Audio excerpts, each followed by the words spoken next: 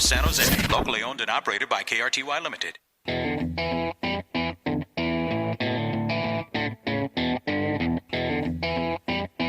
It's time for the KRTY on-air music meeting. Julie and Nate with the songs you love or hate. We're going to play some new music here, and this is a chance for you to help us decide which song should be on the radio. Now here's KRTY Program Director Julie Stevens and General Manager Nate Deaton.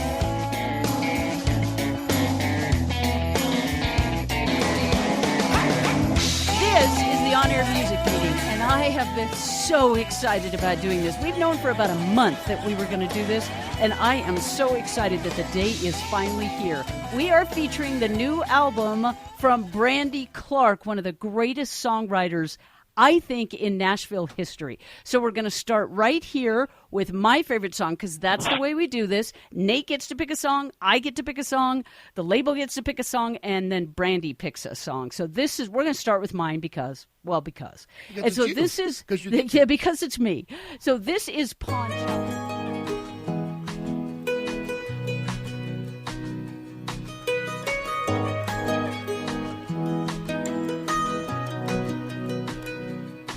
She pushed her wedding ring across the counter and said, "Tell me that it's worth more than I think. There's a bus to Baton Rouge, leaves in an hour, and $90 cash buys me a seat. That quarter-carat picture perfect dream wasn't all it was cracked up to be. But it ain't stolen, it ain't hot. Someone told me it cost a lot. Man, ain't that the truth? Thought I'd wear it my whole life.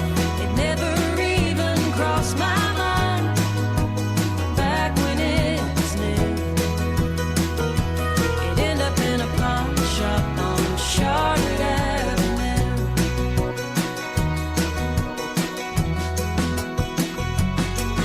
He walked in with it slung over his shoulder. He said, "Man, you'll never give me a fair price. But this young man's town's just watching me get older. And the songs I sing don't feed my kids and wife. There's a few belt buckle scratches on the back, and the B string tends to fall a little flat. But it ain't stolen, it ain't hot. Someone told me it cost a lot. Man, ain't that the truth? Thought I'd play it my whole life. Never even crossed my mind. Back when it was new. It ended up in a pawn shop on Charlotte Avenue. Dreams don't die even when they're broken. Tomorrow when that sign says open, that guitar or that wedding band will start a new dream, second hand.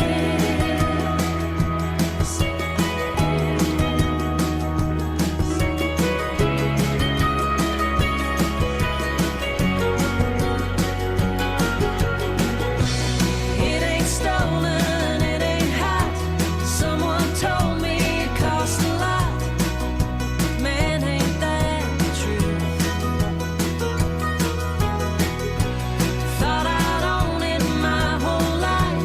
It never even crossed my mind. Back when it was new. It ended up in a pawn shop on Charlotte Avenue.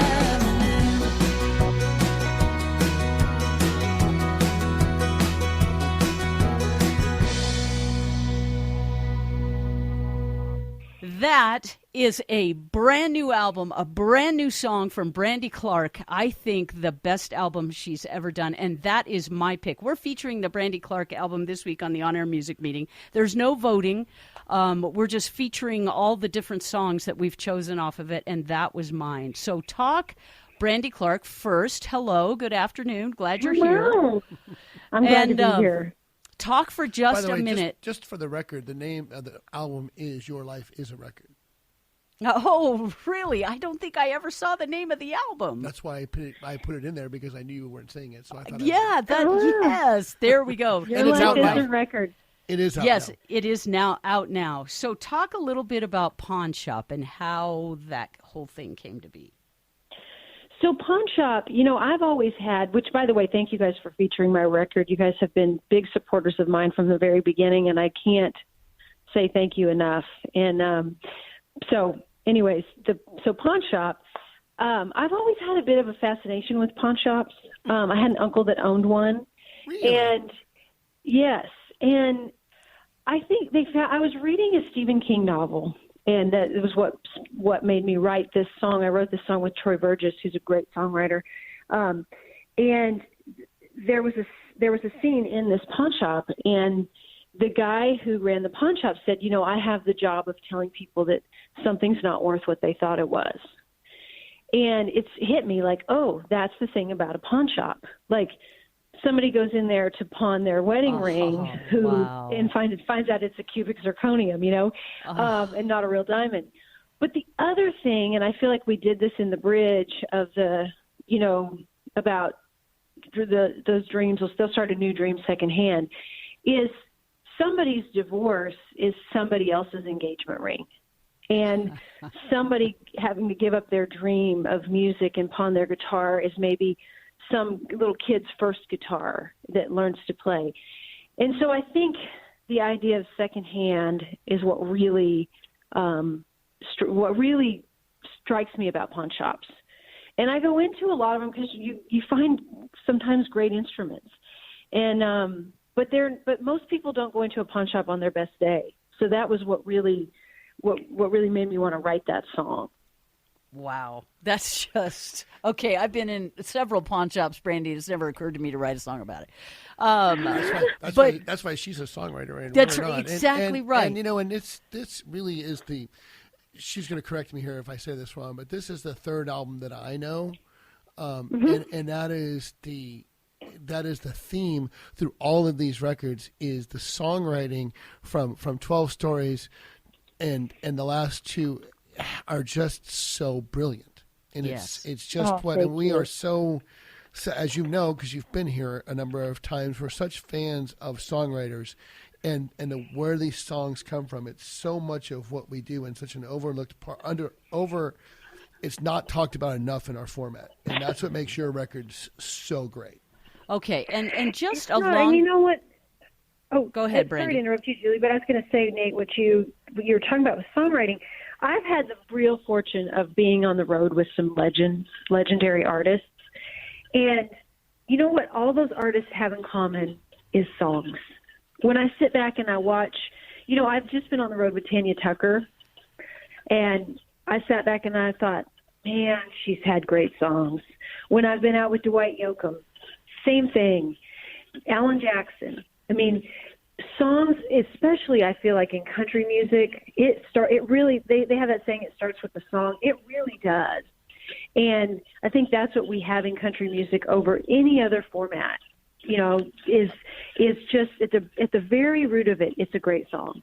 It is. I completely agree. And so let's play this next one. This is Nate's pick off the album. This is Can We Be Strangers? And then I'm going to ask you a question that we came up with this morning that I really wanted to ask a great songwriter. And so we'll play this song and then we'll come back and ask that question. Okay.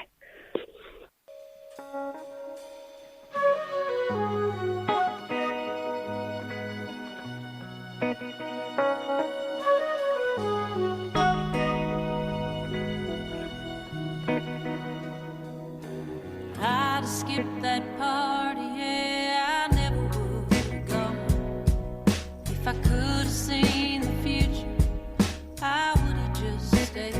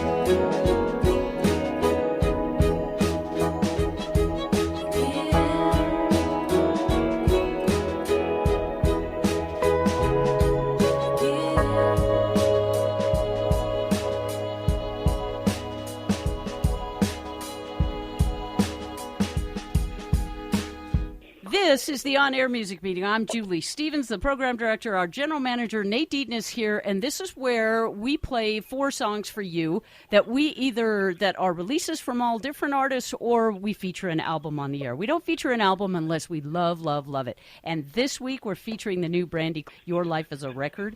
Can We Be Strangers is Nate's pick off the album. Okay, go ahead and talk about that, and then I'll ask you my question, Brandy. So, Can We Be Strangers? This is probably, not only is it Nate's favorite, it's probably my favorite. It's definitely maybe my favorite vocal I've ever recorded. And I just love this song. I wrote it with Clint Daniels and Jessie Jo Dillon, who are great songwriters. And I don't remember whose idea it was, but I remember loving the idea. I love that we struck out as lovers and we struck out as friends. Is it too much to ask? Can we be strangers again? That's a great line. Such a great line. Who hasn't felt that way? And this isn't a song on the album, that I made this record with Jay Joyce. He had so much to do with the arrangement. This was a straight up countryest of country songs you've ever heard. I should send you guys the demo, which is really the only kind of song I know how to write. But he did some things arrangement and production-wise that really changed that. And I love, not that I don't love it being stone cold country, but I love where it landed, the feel of it, and just the whole vibe and the instrumentation. But once again, at the root of it, I think it's just a great country song. I agree. Before you ask that question, okay, the very first time I ever met Brandy, she was talking about opening for Legends. She was opening for Jennifer Nettles. And I mean, I kind of knew 12 Stories. I don't know that I knew it as well as I thought. And I saw her do a song called "What'll Keep Me Out of Heaven," and it was like I looked at Tina and I said, "We need to go meet her," and like right now. So we completely missed the whole Sugarland, or not Sugarland, but the Jennifer Nettles meet and greet, because I made my record rep take me to meet Brandy Clark. And that, since I've known you, has always been my favorite Brandy Clark song. I think "Can We Be Strangers" has now replaced it. Oh, which always feels good to hear, because you want to hope that you're always writing things that are competing or, on par with what you've done in the past. And "What'll Keep Me Out of Heaven" is one of my favorites. So to hear that makes me feel like I've done my job on this one. So that leads right into my question. How do you not write the same song again? By that I mean you write a great song and you go, wow, that's a really great song. How do you write Pawn Shop and then come back and write "Can We Be Strangers"? Those two songs are nothing like each other. So do you have to really guard yourself? Well, I think sometimes you do write the same song again. I think you just have to write enough of them that you get that song out of your system and move on to the next one. I mean, a lot of times, when you write a great song, you'll look around at other songs you've written around that time, and oftentimes they're paler versions of that song, where you're trying to hone in on something. But, I think so much of it is a great hook. Like, Pawn Shop isn't necessarily a great hook. It's just a title, and you're talking about a pawn shop that I think we turned into a really great, solid song. "Can We Be Strangers" again, to me, is a great hook, where you're like, oh, okay, I know what to do with that. And, yeah, I've been trying to write this kind of idea for a while, but we haven't really nailed it. And then when you get that great hook, to me, that's when all that other stuff around it pays off. It's like you've been practicing, and then when somebody comes in with, "I've got this idea, can we be strangers again?" or "What'll keep me out of heaven will take me there tonight," it's like now you're in the game. And so all that practice around it, that's what I call all those other songs that don't make records. Right. That's showing up every day to practice. And then one day somebody walks in, and it might be you, with this great idea, and it's like, okay, it's game time. And, you hate to drop the ball on a great idea. And I've had great ideas where the ball gets dropped, and it's a little devastating. Well, and you think about, now would be a real good time to hold my hand. Has that same kind of thing. It's a great hook. Yeah. Mm-hmm. And that idea of seeing someone with someone else is, has been done a million times, but now would be a real good time to hold my hand hasn't been. So it's another example of what you're talking about. We are talking to Brandy Clark. She has a brand new album out, Your Life is a Record. We have done my favorite song, Nate's favorite song. Now we're on to management's favorite song. This one is Who I Thought I Was. We're going to play this and come back and talk about it.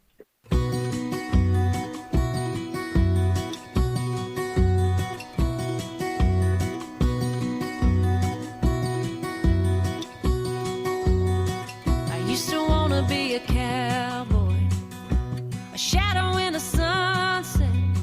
That's why I started smoking cigarettes. I used to want to be a cowboy. I used to want to be Elvis. Drive a pink Cadillac car. That's why I learned to play the guitar. I used to want to be Elvis. There's a lot of things I used to want to do till I met you. Now I want to be honest. Now I want to be better. Now I want to be the me I should have been when we were together. I want to be at least almost close to worth your love. I want to be who you thought I was.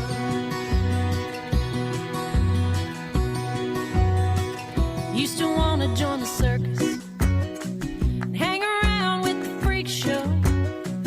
Wish I'd learned to walk a tightrope. I used to want to join the circus. Used to want to stay 18. I used to want an Airstream with a lawn chair, tumbleweed view. Now I just want you. And I want to be honest. Now I want to be better. I want to be the me I should have been when we were together. I want to be at least almost close to worth your love. I want to be who you thought I was.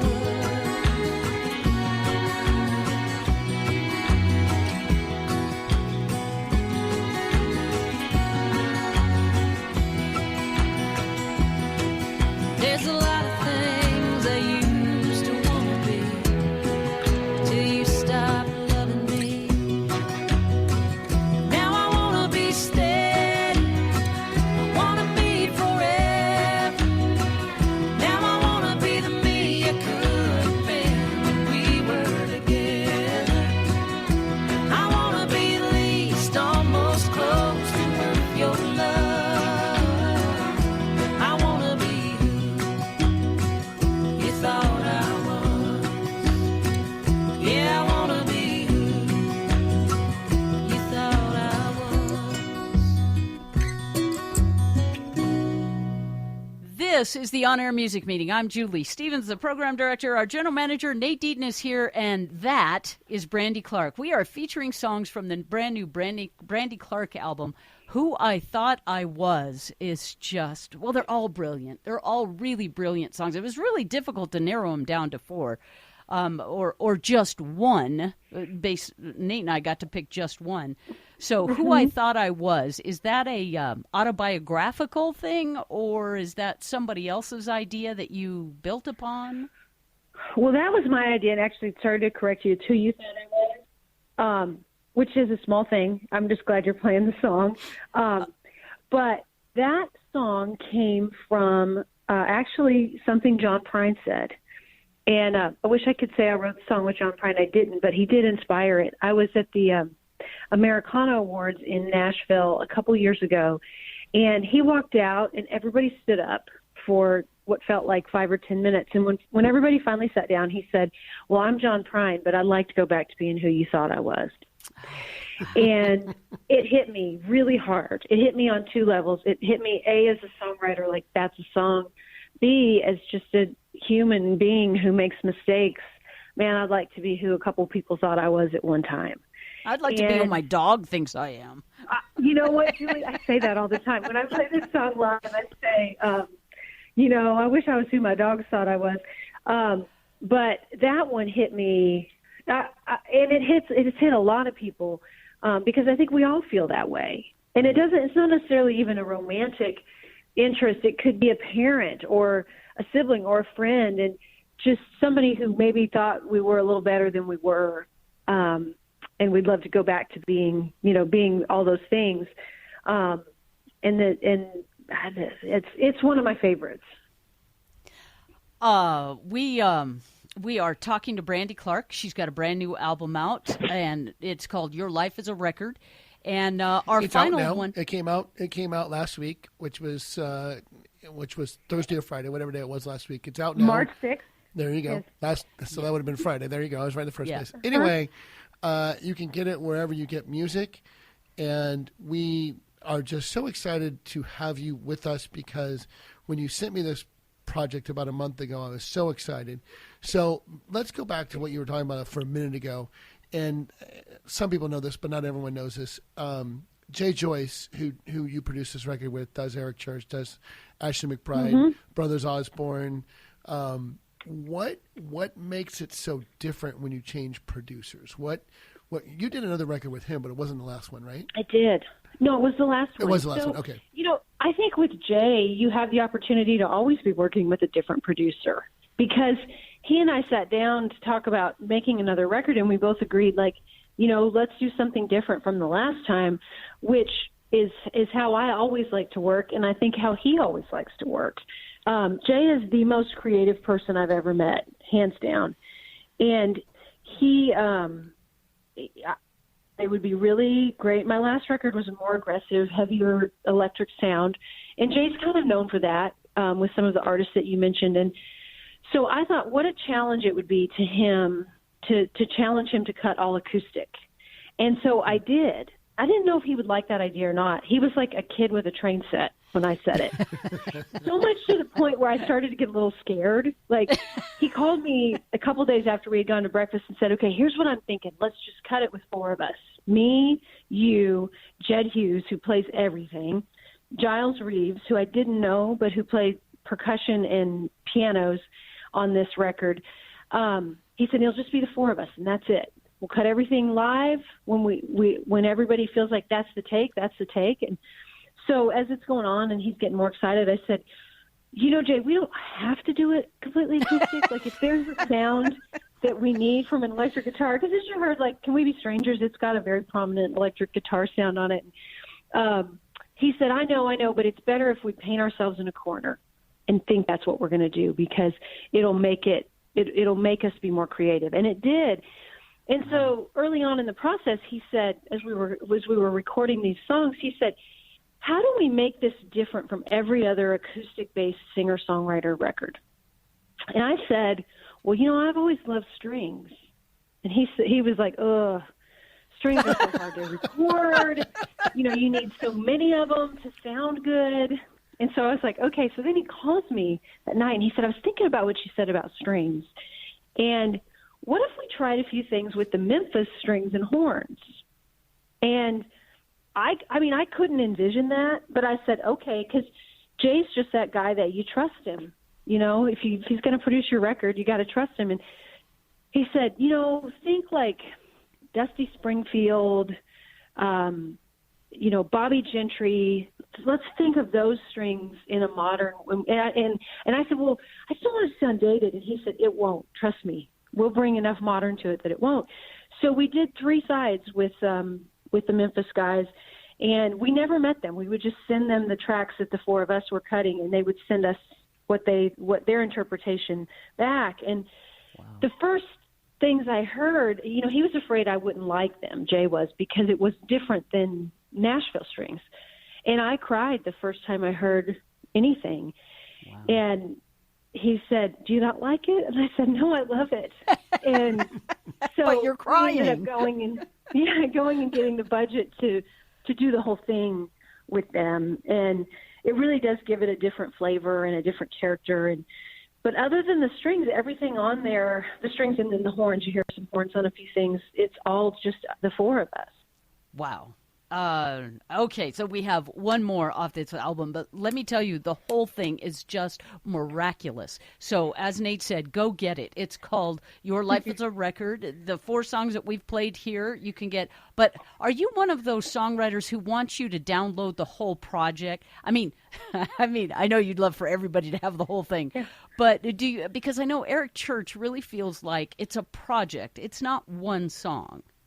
I feel like that. Look, I'm happy for anybody to consume any of my music, but this was made, all of my albums have been made as a piece of art to be consumed. You know, I put so much time and thought into sequencing an album, probably too much. It's the only time I really butt heads with anybody, you know, because that is one of those things for me. I feel like it's so important when I think of albums that I love. One of my favorite albums of all time is Patti Loveless' When Fallen Angels Fly. Yes. And I think so much of that record to me is the way it ends on Over My Shoulder. If that song were anywhere else on that record, I don't know if it would hit me the same. So I really think about those things. And so maybe I make records the way I want to consume them as a fan. And so it might matter to me more than it does to other people, but I would love it if people listen to the whole record and listen to it top to bottom at least once. It's certainly how we listen to them, and when you sent it to me, I listened to it from start to finish, and I think I texted you along the way as I was listening to it. But I think I agree. I think this is one of those, and those are usually the ones we feature on here, are the ones that do tell a story or do sequence from start to finish, and that's what makes them so great. And all of that said, let's go play Brandy's pick off this album, and we'll come back and talk about that. This is called Bigger Boat.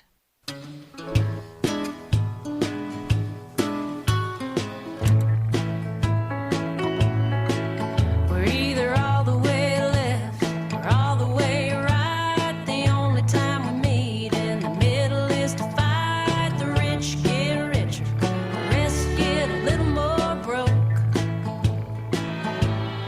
We're gonna need a bigger boat. The slugs down south, fires out west. Turn on the news, scares you to death. Give me that hammer, somebody hold my coat. Yeah, we're gonna need the bigger boat. We spilled wine all over the map, and we keep waiting on the wind to blow. We can't agree on who should be captain, so we can't keep this thing afloat. Can't eat this, you can't eat that. Is there anything that ain't giving cancer to rats? Safest thing in the air is cigarette smoke. We're gonna need a bigger boat. Bigger boat.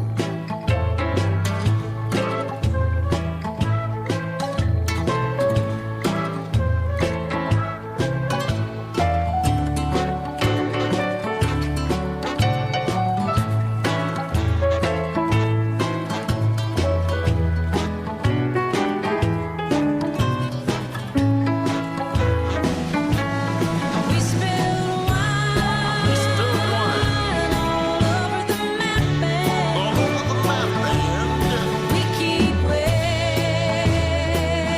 on the wind to blow. Can't agree on who should be captain, so we can't keep this thing afloat. Spring and a leak, we're coming apart. We're on the Titanic, but we think it's the Ark. Sharks in the water got me thinking about a movie quote. Yeah, we're gonna need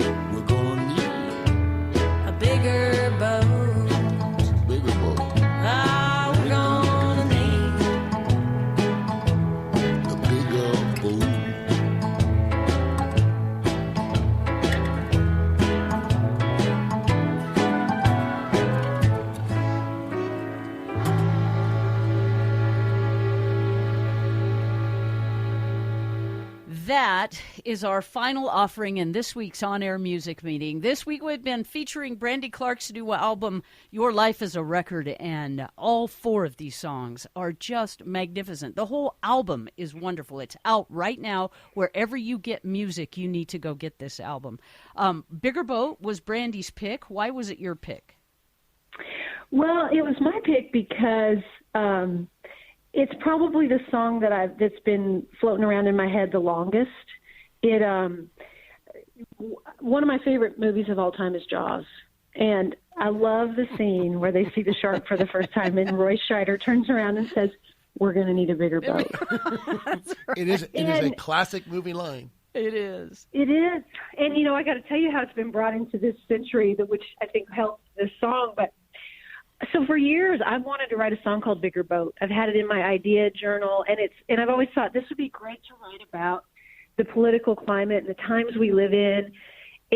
But I've never sat down with somebody that has told me they love the movie Jaws. And I was writing with a guy named Adam Wright, who's a fantastic writer. If you guys haven't checked him out, you should. He's actually Alan Jackson's nephew. I was speaking of Alan earlier, but he was telling me how his little son, who 5 or 6 years old at the time, was obsessed with Jaws, that Adam would have to imitate the characters, and they would watch it every day after school. And he can imitate all of them. And I said, Adam, I've always wanted to write a song called Bigger Boat. And he totally got that because of the movie. And so we wrote that, and I loved it from the get-go. And then when Randy Newman did the guest vocal on it, it sort of took it to a whole nother level for me. But I was thinking, man, I don't know if anybody under probably 40 is going to get that reference. Right about that time, my best friend sent me a video from Handmaid's Tale where the lead character turns around and says, "We're going to need a bigger boat."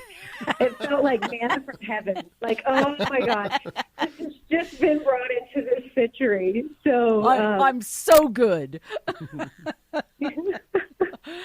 That's awesome.